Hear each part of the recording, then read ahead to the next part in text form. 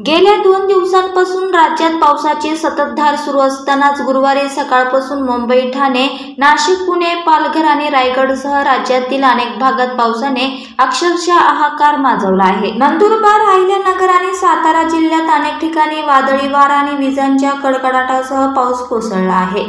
पालघर जिल्ह्यात मुसळधार पाऊस पडल्याने अनेक भागात अतिवृष्टी पाहायला मिळाली आहे. नाशिकमध्ये धुव्वाधार पाऊस बरसल्याने गोदावरी नदी दुथडी भरून वाहू लागली असून नदीला मोठा पूर आला आहे. खेड शहर बाजारपेठेत पुराचे पाणी शिरले असून येथील जगबुडी नदीने धोक्याची पातळी ओलांडली आहे. त्यामुळे दापोली नाका रस्त्यावर पाणीच पाणी झाले आहे. नंदुरबार आणि रायगडमध्ये 3 तासाहून अधिक वेळ धुव्वाधार पाऊस कोसळल्याने पाताळगंगा कुंडलिका नदीला पूर आला आहे. तर दुसरीकडे रत्नागिरी जिल्ह्यातील खेड, दापोली, मंडणगड तालुक्यात पावसामुळे नदीकाठच्या नागरिकांना स्थलांतरित होण्याच्या सूचना देण्यात आल्या आहेत. तर शुक्रवारी जोरदार पाऊस पडणार असल्याचा अंदाज असल्याने पुढचे 12 तास हे पावसाचे असणार आहे. हवामान खात्याने मुंबई आणि पालघरसाठी रेड अलर्ट जारी केला आहे.